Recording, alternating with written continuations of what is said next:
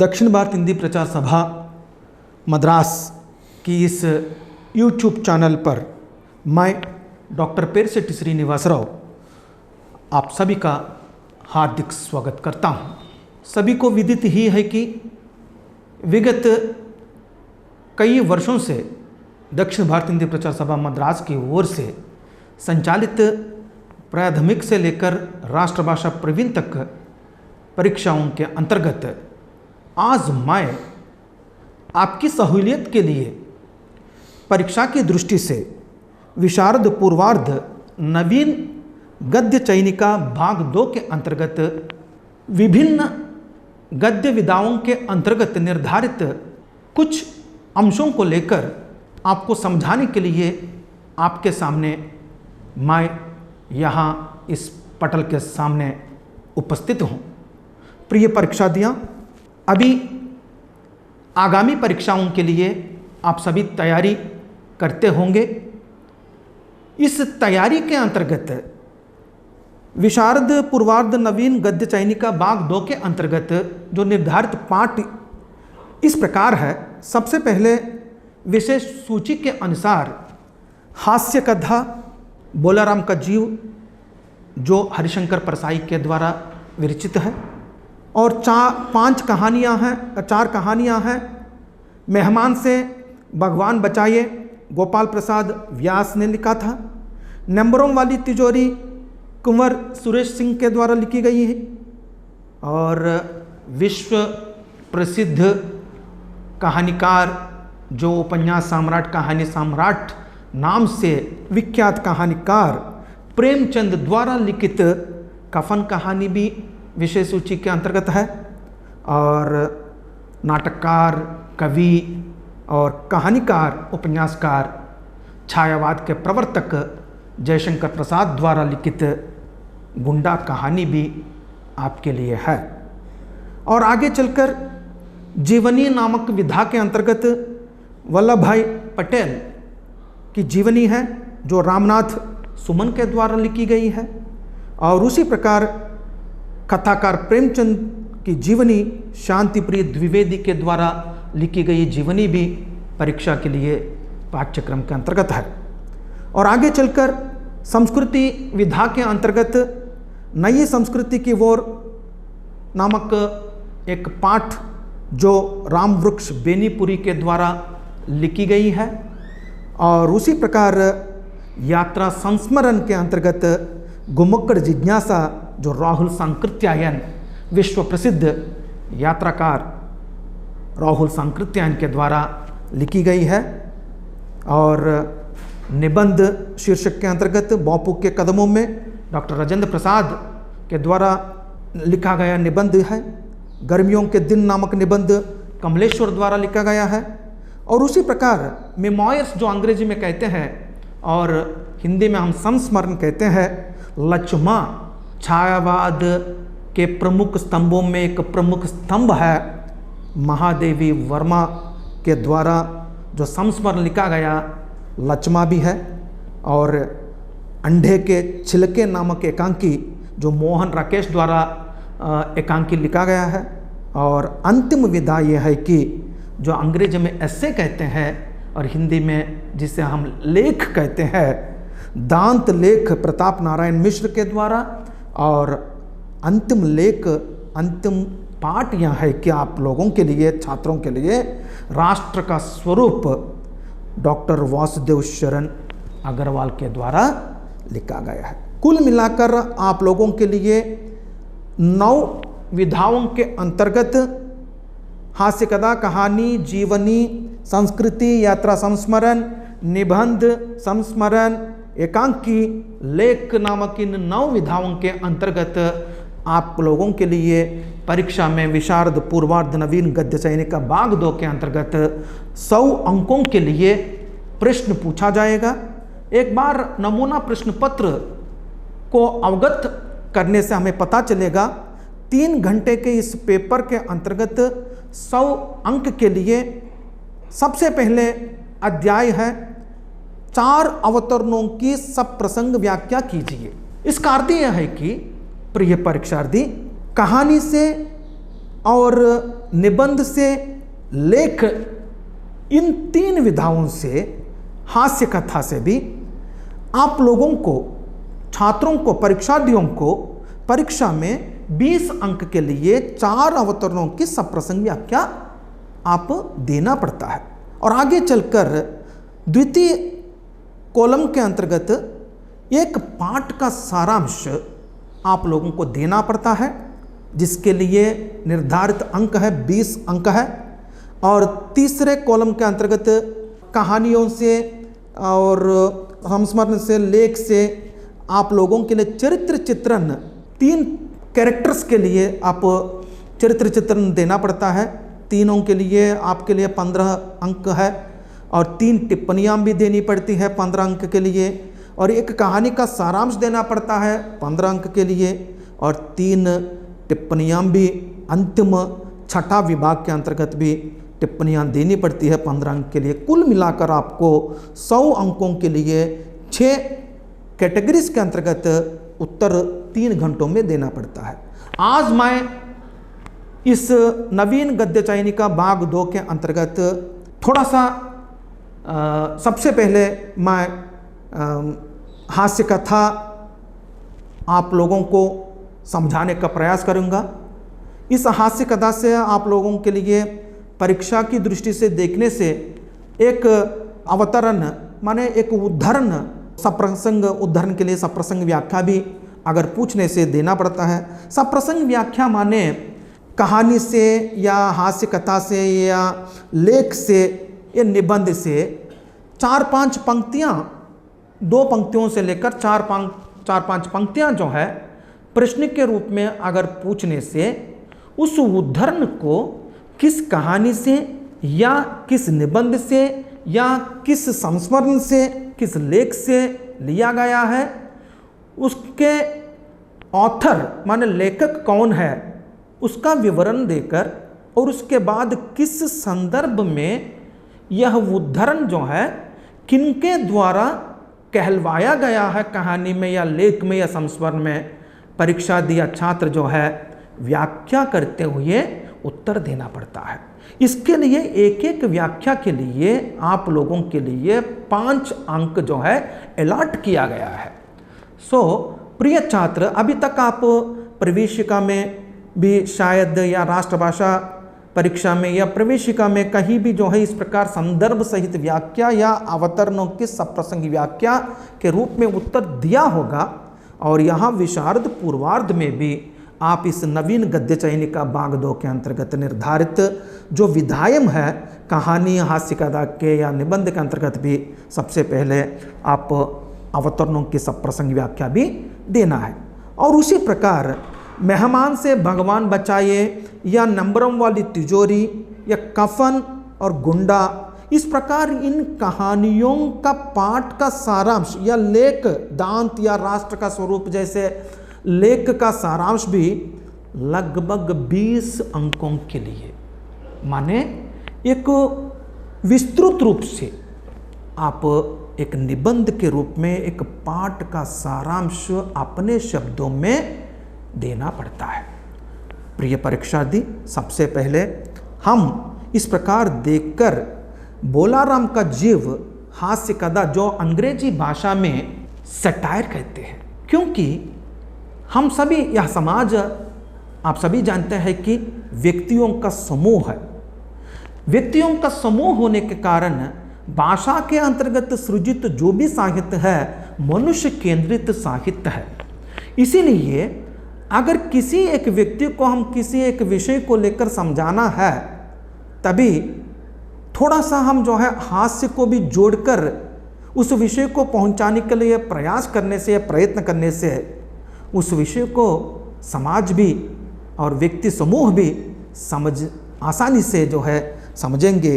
इसलिए इस विधा के प्रमुख स्तंभकार है हरिशंकर परसाई जी, जिनका जन्म 22 अगस्त 1924 को मध्य प्रदेश में इटारसी के निकट जमानी नामक गांव में हुआ था।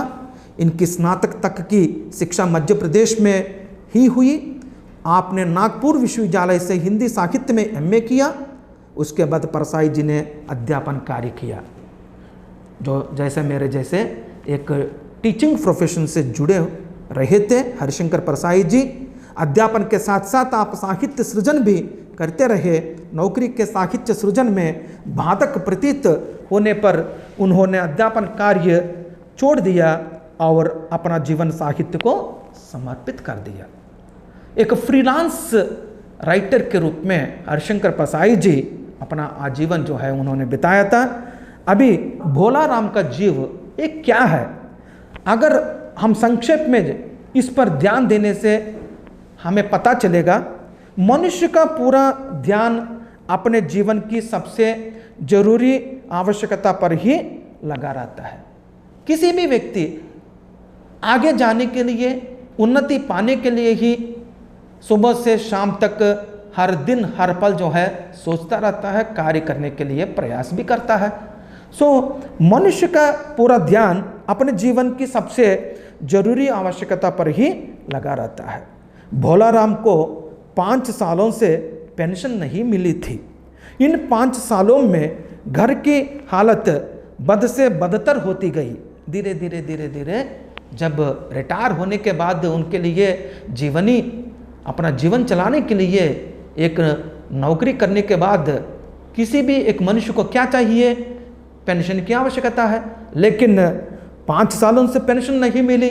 उनकी हालत दिन ब दिन, घर की हालत बद से बदतर होती गई। लेकिन मरने के बाद भी भोला राम का जीव पेंशन की चिंता से मुक्त नहीं हो पाता। देखिए, इसलिए एक व्यक्ति जो है अपना पूरा जीवन नौकरी करने के उपरांत पेंशन के लिए बाग के मांगते जो है उनके हालात बद से बदतर होती गई और उनका निधन भी हो गया। बाद में भोला राम का जीव पेंशन की चिंता से मुक्त नहीं हो पाता। इस हास्य कथा से आप लोगों को सप्रसंग व्याख्या भी पूछा जाएगा और इस सप्रसंग व्याख्या के लिए हम उत्तर देना भी पड़ता है। सबसे पहले उदाहरण के लिए मैं एक सप्रसंग व्याख्या भोला राम का जीव नामक इस हास्य कथा से आपको समझाने के लिए मैं यहाँ प्रयास करूँगा। ध्यान से सुनिए। उदाहरण के लिए इस भोला राम का जीव नामक इस हास्य कथा में एक पंक्ति है, इन 5 दिनों में मैंने सारा ब्रह्मांड छान डाला पर उसका कहीं पता नहीं चला। इस प्रकार एक उद्धरण है। इस उद्धरण जो है आप अभी मैंने कहा था, उदाहरण के लिए उपर्युक्त पंक्ति भोला राम का जीव नामक हास्य कथा से पंक्ति ली गई है, जिसके लेखक हरिशंकर परसाई जी हैं। हरिशंकर परसाई जी प्रमुख व्यंग्यकार हैं। इस प्रकार आप लेखक का परिचय, कहानीकार का परिचय देने के, व्यंग्यकार का परिचय देने के उपरांत प्रस्तुत पंक्ति सुप्रसिद्ध व्यंग्य लेखक हरिशंकर परसाई से रचित भोला राम का जीव नामक व्यंग्य कथा से ली गई है। सेवानिवृत्ति के 5 साल बाद भी पेंशन न मिलने से गरीबी और दुख के कारण भोला राम मर जाता है। यमदूत के साथ भोला राम का जीव यमलोक को निकल तो जाता है, लेकिन वहाँ पहुँचा नहीं। इससे यमलोक में खलबली मच जाती है। देखिए, यहाँ सटायर, उनका निधन हो गया। निधन होने के बाद हमारी एक परंपरा यह है कि यमदूत आते हैं और यमलोक लेके जाते हैं या स्वर्ग लेके जाते हैं। इस प्रकार जो है एक परंपरा चलती आई है। यहाँ इस कहानी में व्यंग्य कहानीकार परसाई जी कहते हैं कि भोला राम का जीव यमलोक को निकल तो जाता है, लेकिन वहाँ पहुँचा नहीं। इससे यमलोक में खलबली मच जाती है। चित्रगुप्त रिकॉर्ड देखकर यमराज को बताते हैं कि 5 दिन पहले भोला राम का जीव यमदूत के साथ निकल चुका है, मगर यहाँ पहुँचा नहीं। इस पर यमराज कुपित होकर पूछते हैं, वह दूत कहाँ है? इतने में दूत बदहवास सा वहाँ आता है। चित्रगुप्त ने डांट कर पूछा, तू इतने दिन कहाँ था? भोला राम का जीव कहाँ है? इस पर यमदूत हाथ जोड़कर कहता है, जो ही मैं उसे लेकर एक तीव्र वायु तरंग में सवार हुआ, त्यों ही वह मेरे चंगुल से छूटकर ना जाने कहाँ गायब हो गया। मैंने सारा ब्रह्मांड छान मारा पर उसका कहीं पता चला।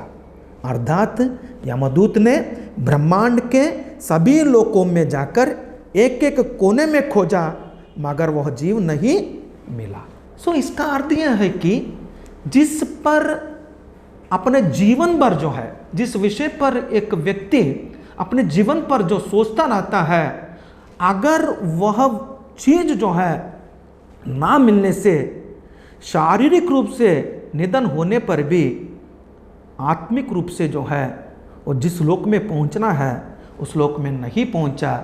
इसलिए जो भी कर्म है हम जीवित रहने पर भी उसको निपटाना चाहिए। इस प्रकार एक व्यंग शैली पर जो है हरिशंकर परसाई ने भोला राम का जीव नामक इस व्यंग कथा में समझाने के लिए प्रयास किया। अगर पाठ का सारांश लिखना है, इस प्रकार आप संक्षेप में पाठ का सारांश भी लिखना चाहिए, या इस व्यंग कथा से एक दो वाक्य जो है कहानी से लेकर सब प्रसंग व्याख्या के लिए पूछने से अभी मैंने जो समझाया था उसी प्रकार आप वहाँ परीक्षा में उत्तर देने के लिए प्रयास करने से आपको परीक्षा में अच्छा नंबर मिलने की संभावना है। और आगे जाकर हम जो है जो 4 कहानियाँ हैं उसमें प्रमुख कहानीकार प्रेमचंद द्वारा लिखित कहानी है कफन। कफन माने अगर एक व्यक्ति का निधन या मृत्यु होने के उपरांत उस शव पर जो है एक नया सफ़ेद वस्त्र जो पहनाते हैं, उस वस्त्र को हम हिंदी भाषा में कफन कहते हैं। इसलिए यह कहानी असल में आधुनिक हिंदी साहित्य के अंतर्गत नए नए वाद जो है जन्म लिए हैं। उसके अंतर्गत दलितवाद भी एक प्रमुख वाद है, लेकिन यहाँ प्रेमचंद उन दिनों में कभी कफन कहानी को एक दलित दृष्टि से उन्होंने नहीं लिखा था। तत्कालीन समय ग्रामीण भारत के उत्तर भारत में एक गांव को आधार लेकर उस गांव के एक दलित व्यक्ति परिवार को लेकर दृष्टि में रखकर, केंद्र में रखकर जिन्होंने इस कहानी को उन्होंने रचना की है। आप सभी लोग सुने होंगे प्रेमचंद आधुनिक हिंदी साहित्य के गद्य साहित्य के अंतर्गत कहानी और उपन्यास सम्राट के नाम से प्रमुख स्थान उनको मिला है।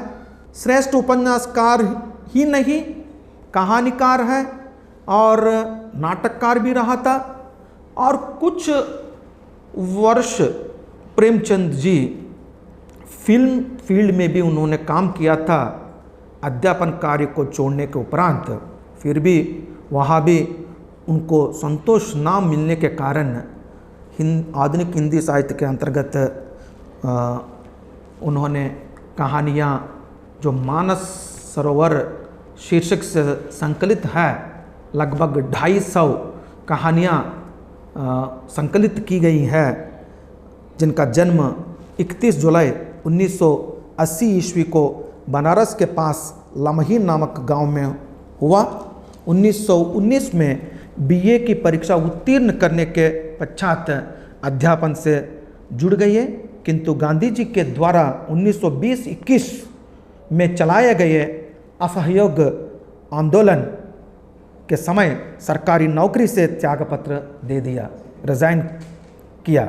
अपने राष्ट्रीय भावों को अभिव्यक्ति देने के लिए प्रेमचंद ने कलम का सहारा लिया और 1930 में 1930 में सरस्वती प्रेस की स्थापना की।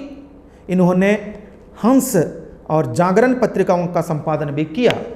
हंस पत्रिका आज भी जो है निकलती हैं।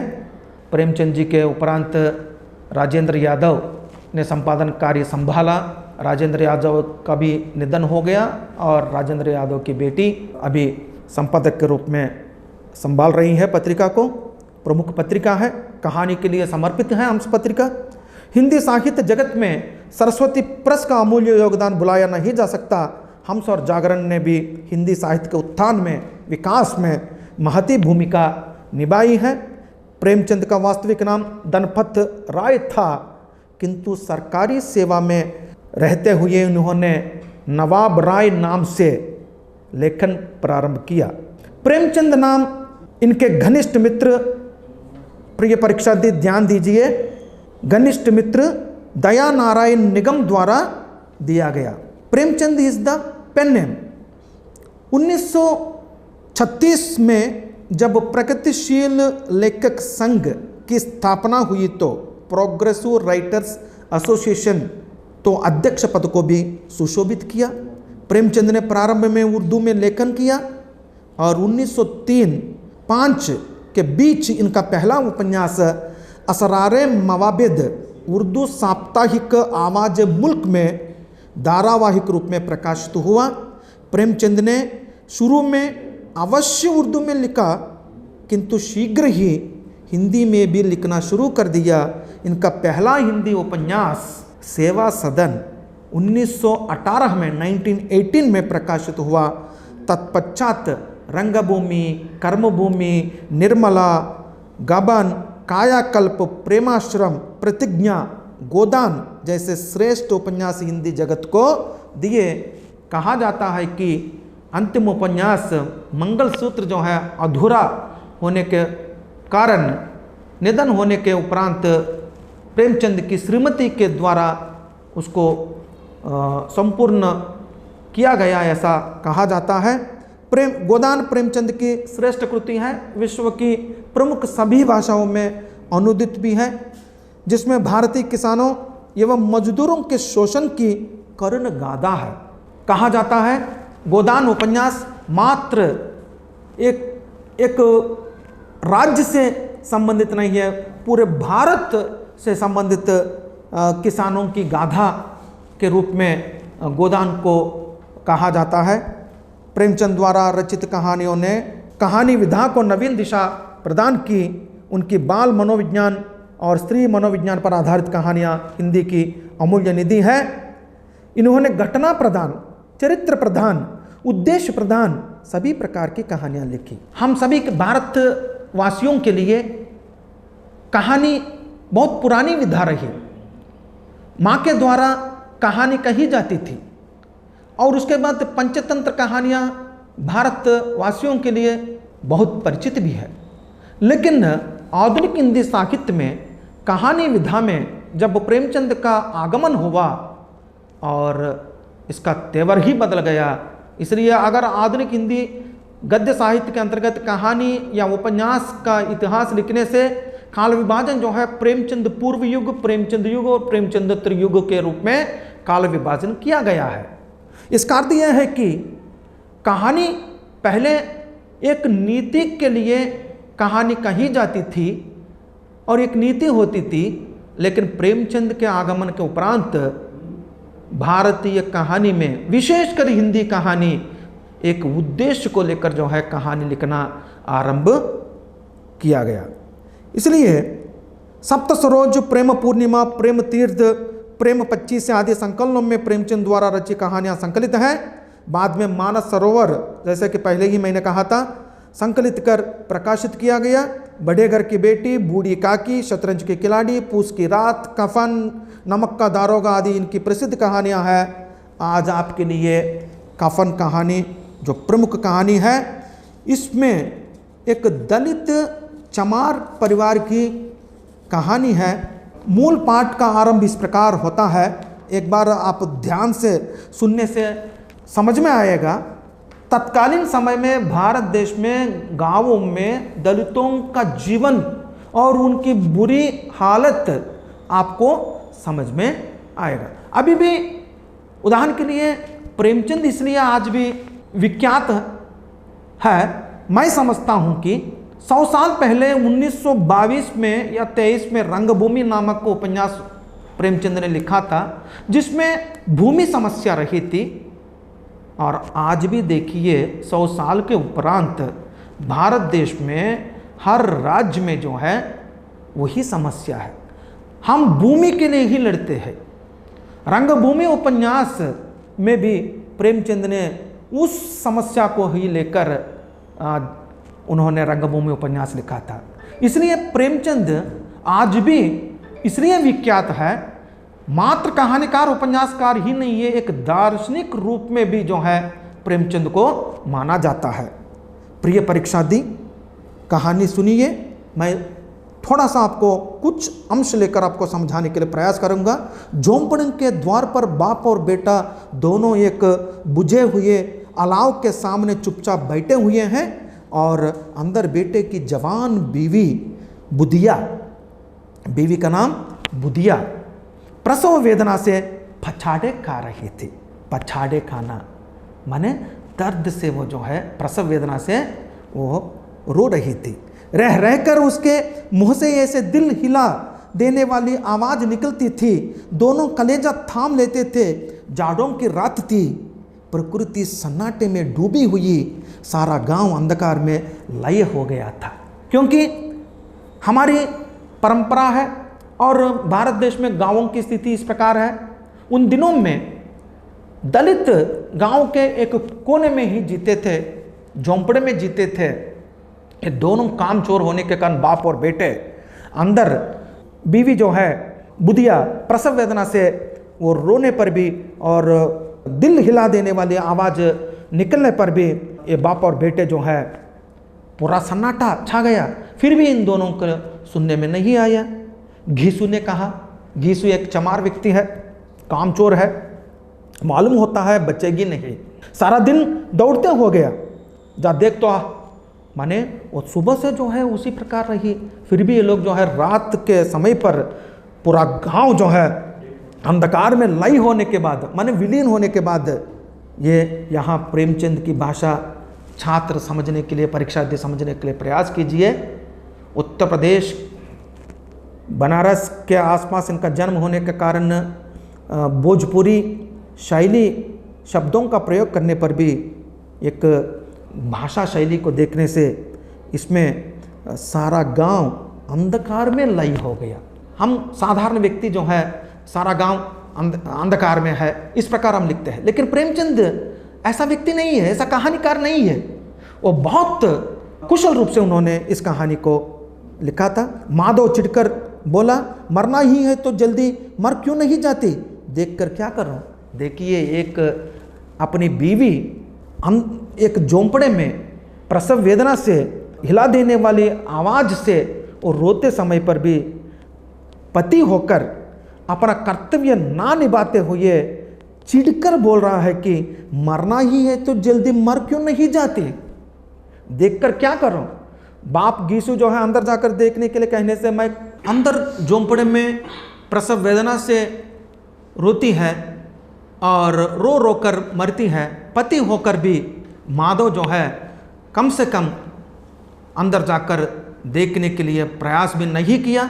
इससे हमें यही पता चलता है कि आर्थिक स्थिति के कारण ही नहीं और सामाजिक एक भाव के कारण भी मात्र उन्होंने नातिचरामी नामक एक मंत्र के द्वारा इस समाज में माधव जो है कामचोर होकर अपनी बीवी के ऊपर जो है आधारित रहकर उनको विवाह किया।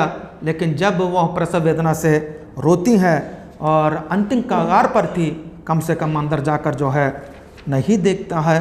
और ना देखना ही नहीं, मरणोपरांत भी जो है कफन खरीदने के लिए एक जमींदार के पास जाकर 2 रुपये भीख मांगकर उससे कफन भी ना खरीद कर ये दोनों बाप और बेटे जो है पी कर खा कर जो है गुणगान करते हुए वही जो है उसी मधुशाला में दोनों बाप और बेटे जो है सोते हैं।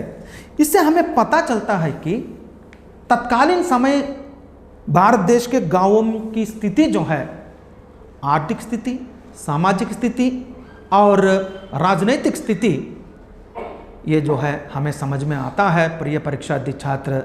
इसलिए कहा जाता है, मैंने आरंभ में ही कहा था, प्रेमचंद के आगमन तक जो है कहानी मात्र एक नीति परक कहानी है, भारतीय भाषाओं में लिखी गई है। जब प्रेमचंद धनपत राय का आगमन हिंदी आधुनिक हिंदी गद्य साहित्य में कहानी और उपन्यास में प्रेमचंद का आगमन हुआ, तभी से इसका मार्ग ही बदल गया और एक उद्देश्यपरक कहानियाँ जो है लिखना आरंभ हुआ। इसलिए अगर हिंदी साहित्य के इतिहास में, आधुनिक हिंदी साहित्य में कहानी उपन्यास का काल विभाजन करने से प्रेमचंद पूर्व युग, प्रेमचंद युग और प्रेमचंद त्रियुग नामक 3 कालों में जो है विभाजन करना बहुत बहुत आवश्यक है।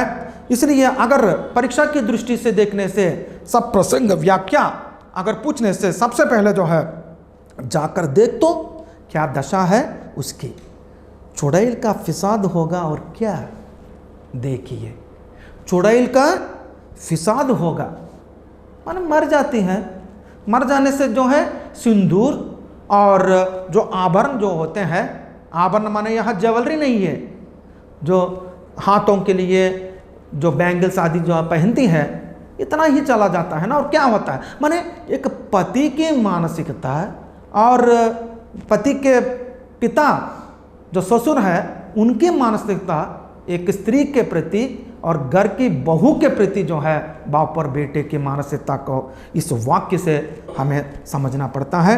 प्रिय परीक्षार्थी, पाठ का सारांश के लिए भी कफन कहानी बहुत बहुत प्रमुख है और उसी प्रकार जो है सब प्रसंग व्याख्या जो है पूछने से जाकर देख तो क्या दशा है उसकी, चुड़ैल का फिसाद होगा और क्या। अगर इस प्रकार उदाहरण के लिए सब प्रसंग व्याख्या के लिए पूछने से सबसे पहले आप उपरयुक्त वाक्य माने अंग्रेजी में कहते हैं कि above cited lines taken from the story of Kafan which was written by Premchand, और हिंदी में हम लिखते हैं कि उपरयुक्त पंक्ति प्रेमचंद द्वारा लिखित कफन कहानी से पंक्तियां ली गई हैं। यहाँ घीसू अपने पुत्र माधव से कह रहा है कि जाकर देख तो क्या दशा है उसकी। इस प्रकार आप जो है इसकी व्याख्या करना पड़ता है। अगर इसी प्रकार जो है पाठ का सारांश और बोलाराम का जीव हुई या तो कफन कहानी या गुंडा कहानी आदि के लिए आप पाठ का सारांश या उद्धरण देने से सब प्रसंग व्याख्या करने के लिए इस प्रकार आप तैयारी कीजिए। अवश्य जो है विशारद पूर्वार्ध नवीन गद्य चयनिका भाग 2 के अंतर्गत इस प्रोज सेक्शन में आपको अच्छा नंबर, अच्छा अंक प्राप्त होने की संभावना है। मैं आप सभी की उज्जवल भविष्य के लिए कामना करते हुए विश यू गुड लक।